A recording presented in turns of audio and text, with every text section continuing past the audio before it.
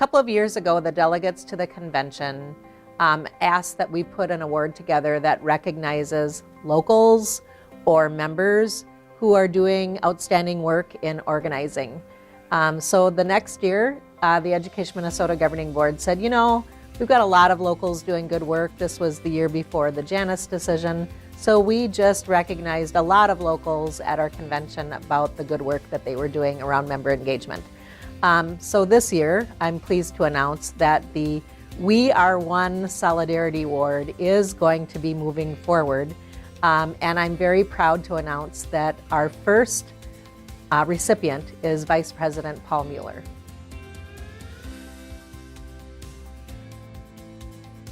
I've worked with Paul for 12 years now, and I've known him for quite a bit longer. And I really can't think of anyone who has dedicated his life more to the power of unionism, the power of the collective, and why we need to be working together with the greater labor movement.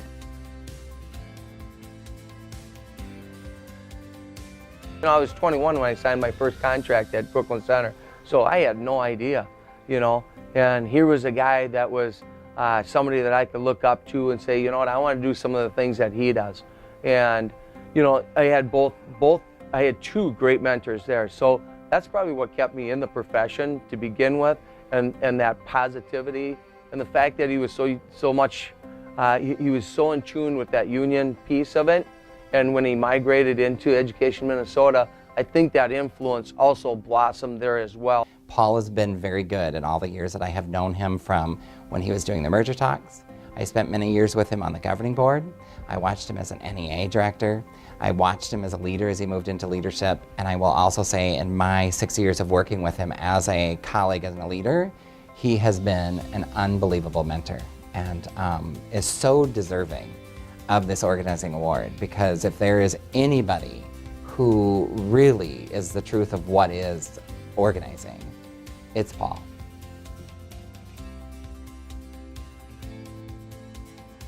He's always the one that's saying button up, meaning we should be wearing our buttons, we should be wearing union buttons, and we should be sharing at every given moment who we are and what our message is about union solidarity. He definitely lives for conventions and that, and that goes to his thinking things through and looking at the pros and cons as he shapes arguments, and he tries to use parliamentary procedure to get to votes and to get points across and that.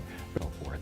And it's that connections that he makes with other people in other states and with the national organization that has helped lead Minnesota.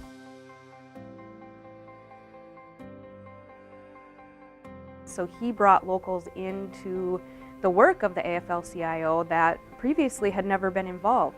He ushered in a major initiative to make sure that the education locals across the state were working with and hand in hand with our unions through the regional labor federations and the central labor councils. And had it not been for Paul, we would still be, you know, trying to just scramble everyone in one at a time, and he has just been phenomenal at helping us build our strength from the inside out.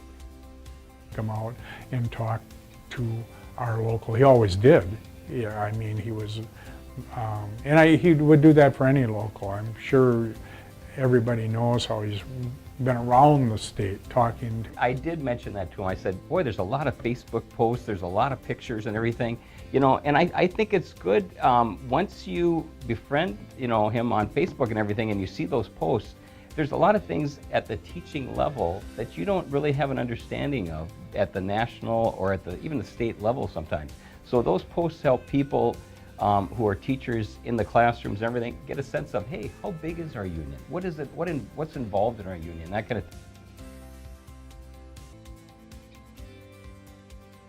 He is digging in and on the streets and knocking on the doors, showing up at the phone banks, and really making a difference at that leadership level. So he is attacking the work head on and setting an example for all union leaders to be the best versions of themselves, to immerse themselves in the work, and to help keep being persistent and and lead and persistent and lead. And as I'm on the backside of my career now, I'm looking back going, wow, what do I do to get these people fired up in that passion?